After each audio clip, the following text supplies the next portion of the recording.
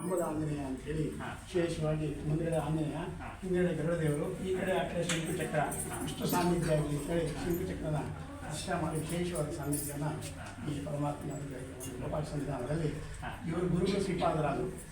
ನಮ್ಮ ಅವರು ಮಧ್ಯವರ್ಗದ ಧ್ರುವರಾಜರೇ ಶ್ರೀಪಾದರಾಜ ಅವತಾರ ಮಾಡ್ತಾರೆ.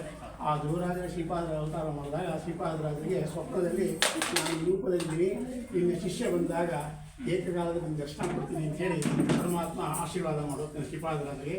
ಅದಕ್ಕೆ ಇಲ್ಲಿ ಎಲ್ಲ ಕಡೆ ನಿಮಗೆ ಗೋಪಾಲಕೃಷ್ಣ ಎಡಗಡೆ ಬಲಗಡೆ ಕೊಳಲಿರುತ್ತೆ, ಅದು ನಮ್ಮಲ್ಲಿ ಎಡಗಡೆ ಕೊಳಲು. ಈ ಕಡೆ ನೋಡಿ, ಇಲ್ಲಿ ಎಡಗಡೆ ಕೊಡೋದು, ಎಡಗಾಲ ಮೇಲೆ ಬಲಗಾಲ ಕೊಡೆ. ಶ್ರೀನಿವಾಸರು ಅಡ್ಡ ಇರ್ತೀಯ ನಮ್ಮ ಹುಡುಗ, ಎಡಗಾಲ ಮೇಲೆ ಬಲಗಾಲ ಇಟ್ಟಿದ್ದಾರೆ. ವಿಶೇಷವಾದ ಸನ್ನಿಧಾನ ಬ್ರಹ್ಮಣ್ಣ ತೀರ್ಥ ಆಶೀರ್ವಾದದಿಂದ ವ್ಯಾಸರಾಜರು ಓದೋದು ಶ್ರೀಪಾದರಾಜ ದರ್ಶನ ಕೊಟ್ಟಂಥ ಚತುರ್ಭುಜ ವೇಣುಗೋಪಾಲ ಅಂತೇಳಿ ವಿಶೇಷವಾಗಿ ವಿರಾಟ ಕೈಂಕರ್ಯ ಮಾಡ್ತಾ ಇದ್ದೀವಿ. ಇದು ಸುಮಾರು 627 ವರ್ಷದ್ದು ಇದು ಬೃಂದಾವನ. ಇಲ್ಲಿ ಪುನರ್ ಪ್ರತಿಷ್ಠೆಯಾಗಿ 108 ವರ್ಷ ಆಗಿದೆ, 109ನೇ ವರ್ಷ ನಡೀತಾ ಇದೆ ಈಗ. ಮತ್ತು ಇದು ಶ್ರೀಪಾದರಾಜ ಕಾಲದ್ದು. ಅವರು ಮಧ್ವಾಚಾರ್ಯನ ಮೇಲೆ ವೇದವ್ಯಾಸ ದೇವರನ್ನ ಕೆಳಗೆ ಶ್ರೀಪಾದರಾಜನ ಪ್ರತಿಷ್ಠೆ ಮಾಡಿ ಮತ್ತು ತ್ರೇತಾಯುಗದಲ್ಲಿ ರಾಮಚಂದ್ರ ದೇವರು ಬಂದು ಕುರಂಗ ಅನ್ನೋ ದೈತ್ಯನ ಸಂಹಾರ ಮಾಡಿ ಜಯಂತ ಅನ್ನೋ ಜ್ಞಾನೋದಯ ಮಾಡಿದಂಥ ಕ್ಷೇತ್ರ.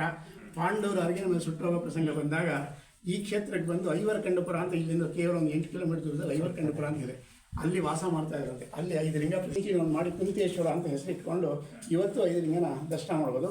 ಅದರಲ್ಲಿ ಒಂದು ಲಿಂಗ ಅರ್ಜುನ ಪೂಜಿತ ಲಿಂಗ ಧನಂಜಯೇಶ್ವರ ಅಂತ ನಾವು ಪೂಜೆ ಮಾಡ್ತಾ ಇದ್ದೀವಿ. ಅದು ದಕ್ಷಿಣ ದಿಕ್ಕಿಗೆ ಸಿಕ್ತಂತೆ ಲಿಂಗ, ಅದಕ್ಕೆ ದಕ್ಷಿಣೇಶ್ವರ ಅಂತ ವಿಶೇಷವಾಗಿ ಪೂಜಾ ಕೈಂಕರ್ಯ ಮಾಡಿ ವಿಶೇಷವಾಗಿ ಒಂದು ಅದಕ್ಕೆ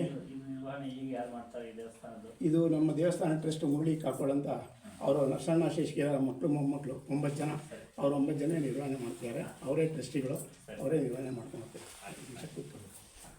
ನಾನು ದೈತ್ಯನ ಸಂಹಾರ ಮಾಡಿ ಜಯಂತನಿಗೆ ಜ್ಞಾನೋದಯ ಮಾಡ್ತಕ್ಕಂಥ ತ್ರೇತಾಯುಗದಲ್ಲಿ ರಾಮಚಂದ್ರ ದೇವರೇ ಈ ಕ್ಷೇತ್ರಕ್ಕೆ ಕಾಕೋಡು ಅಂತ ನಾಮಕರಣ ಮಾಡಿರ್ತಕ್ಕಂಥದ್ದು. ಮತ್ತು ದ್ವಾಪರ ಯುಗದಲ್ಲಿ ಅರಗಿನ ಮನೆ ಸುಟ್ಟೋಗ ಪ್ರಸಂಗ ಬಂದಾಗ ಹಿಡಿಂಬಾಸುರನ ಸಂಹಾರ ಮಾಡಿ ಹಿಡಿಂಬಿನ ಮದುವೆ ಮಾಡಿಕೊಂಡು ಘಟೋತ್ಕಚನ ಉತ್ಪತ್ತಿ ಆಗುವವರೆಗೂ ಈ ಒಂದು ಐವರ್ಕಂಡಪುರದಲ್ಲಿ ಇದ್ದರಂತೆ. ತೋರಣಗಲ್ಲು ಅಂತ ಬಳ್ಳಾರಿ ಎತ್ತಿದೆ, ಅಲ್ಲಿ ಹಿಡಿಂಬಾಸುರ ದ್ವಾಪರ ಯುಗದಲ್ಲಿ ಮಾಡಿದ್ದು. ಈ ಐವರ್ಕಂಡಪುರದಲ್ಲಿ 5 ಲಿಂಗ ಪ್ರತಿಷ್ಠೆ ಮಾಡಿ ವಿಶೇಷವಾಗಿ ರುದ್ರದೇವರ ಅನುಗ್ರಹ ಪಡೆದಿದ್ದಾರೆ ಅಂತ. ಮುಂದೆ ಮತ್ಸ್ಯಯಂತ್ರ ವೇದನೆ ಮಾಡಿ ದ್ರೌಪದಿನ ಸ್ವಯಂವರ ಹೋದೆ ಅಂತೇಳಿ ಅದಕ್ಕೆ ನಮ್ಮ ಲಿಂಗ ಎಲ್ಲ ಕಡೆ ಲಿಂಗ ನೈಸಿಗಿರುತ್ತೆ. ನಮ್ಮ ಲಿಂಗ ಒಂದು ಬಿಲ್ಲು ಬಾಣದ ಆಕಾರವಾಗಿದೆ. ಬಿಲ್ಲು ಅದಕ್ಕೆ ಗೀಟು ಬಾಣ ಮಧ್ಯದಲ್ಲಿ ಒಂದು MM ಬಾಣದಪ್ಪ ಅಂತ ಅದನ್ನು ಅರ್ಜುನೇ ಪೂಜೆ ಮಾಡಿರೋದಂತ. ದ್ವಾಪರ ಯುಗದಲ್ಲಿ ಅರ್ಜುನ ಪೂಜೆ ಮಾಡಿರ್ತಕ್ಕಂಥ ಲಿಂಗ ಅದು. ಅದಕ್ಕೆ ಧನಂಜಯೇಶ್ವರ ಅಂತ ಇದೆ, ದಕ್ಷಿಣೇಶ್ವರ ಅಂತ ನಾಮಕರಣ ಮಾಡಿ ವಾಮದೇವ, ವಾಯುದೇವ, ವಾಸುದೇವ 3 ಜನ ದೇವತೆಗಳು ಇಲ್ಲಿ ಇರೋದ್ರಿಂದ ವಿಶೇಷವಾಗಿ ಕಾಕೋಡು ಕ್ಷೇತ್ರ ಅಂತೇಳಿ ಇಲ್ಲಿ ಪೂಜಾ ಕೈಂಕರ್ಯ ಮಾಡ್ತಾ ಇದ್ದೀವಿ. ಇವರೆಲ್ಲ ನಮ್ಮ ಈ ನಾಟಿ ಗೋಶಾಲೆ ಇದೆಯಲ್ಲ, ಗೋಶಾಲೆ ಬಂಧು ಬಾಂಧವರು. ನಮ್ಮ ಬ್ರಾಹ್ಮಣರು ಮಾಧ್ಯಮ ಮನೆ ಇರೋದು ಎರಡೇ, ಅದರಲ್ಲಿ ಒಬ್ಬರ ಮನೆಗೆ ಸ್ವಲ್ಪ ತೊಂದರೆ ಆಗುತ್ತಿದೆ, ಅವರಿಲ್ಲ. ನಾವು ಇದು ಶಾಲು ಹೊಂದಿಸ್ಬೋದಾ?